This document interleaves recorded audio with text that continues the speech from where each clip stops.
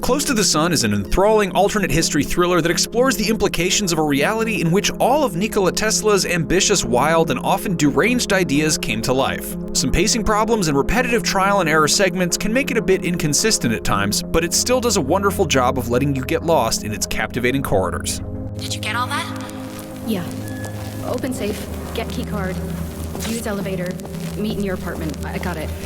In Close to the Sun, you play as Rose, an inquisitive journalist who comes aboard Tesla's city-sized ship known as the Helios to find and rescue her sister Ada. It doesn't take long for events to go sideways, as things are very much not as they seem. While the story starts out slow, there are plenty of bizarre mysteries to uncover that effectively hold your attention to the end of its roughly 6-hour campaign. Close to the Sun wears its inspirations on its sleeve proudly. The beautiful Art Deco designs are reminiscent of Bioshock's Rapture, and the combat-free gameplay lifts heavy inspiration from the likes of Outlast. Those pieces aren't original at all, but Close to the Sun puts everything together in a unique way that feels like a super concentrated dose of the best parts of walking simulators. And while it's not technically a horror game, there are lots of delightfully gruesome and terrifying moments throughout. You spend most of your time walking down hallways, looking for clues, reading notes, and solving brief brain teasers to unlock the next area of the ship.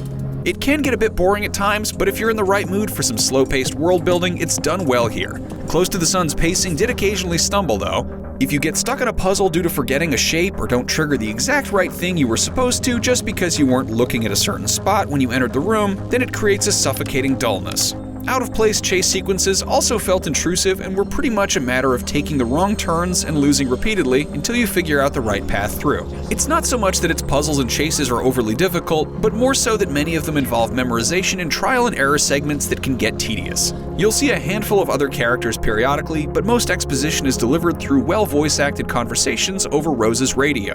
Which is honestly a good thing, because every time a character is on screen, you can't help but notice how poorly animated they are in comparison to the gorgeous world around them. My big sister is here. Yes, she is.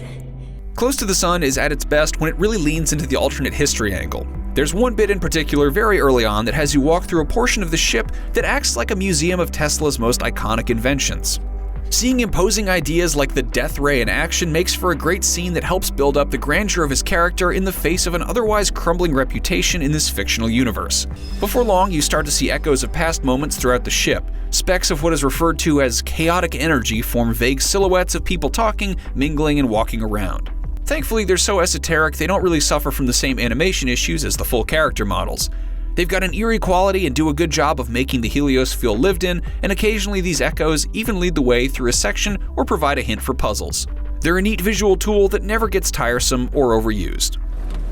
Wardenclyffe weapon designs. Close to the Sun is one of the best examples of the walking simulator type of adventure game in quite some time. It does a wonderful job of blending the visual style of Bioshock with the tense atmosphere of Outlast and slow-paced world building of Everybody's Gone to the Rapture.